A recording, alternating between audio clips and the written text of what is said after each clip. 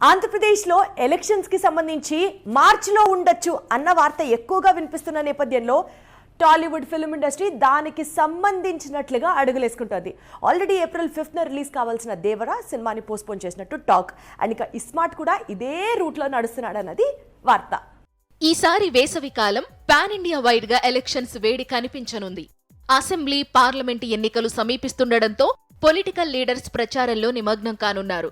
ఈ దశలో కొత్త సినిమాలను రిలీజ్ చేసేందుకు వాయిదా వేసే ఆలోచన చేస్తున్నారు నిర్మాతలు. అయితే షెడ్యూల్ వచ్చిన తరువాత పూర్తి స్థాయిలో మార్పులు చేర్పులపై క్లారిటీ రానుంది. ఏప్రిల్ 5న రిలీజ్ కావాల్సిన దేవరా ఈ రీజన్ వల్లే పోస్ట్ పోన్ కానుందని ప్రచారం సాగుతోన్న సంగతి తెలిసిందే. జూన్లో దేవరను థియేటర్స్ కు తీసుకొచ్చేందుకు కొరటాల ట్రై చేస్తున్నాడట. ఇప్పుడు iSmart Shankar sequel double smart కూడా ఇదే దారిలో వెళ్లనుందని సమాచారం. ముందుగా మార్చి 8న డబుల్ స్మార్ట్ ను రిలీజ్ చేయాలనుకున్నాడు పూరి. కానీ ఇప్పుడు ఈ మూవీని ఏప్రిల్ చివరి వారం లేదా మేలో రిలీజ్ చేసే ఆలోచన చేస్తున్నాడు. ఎలక్షన్స్ రీజన్ వల్లే దేవరా, డబుల్ స్మార్ట్ లాంటి చిత్రాలు పోస్ట్ పోన్ అవుతుంటే గ్రాఫిక్స్ కంప్లీట్ కానందునే దేవర పోస్ట్ పోన్ అవుతోందని, డబుల్ స్మార్ట్ కు బిజినెస్ కాకపోవడం వల్లే వాయిదా పడుతోందనే వార్తలు షికార్లు చేస్తున్నాయి.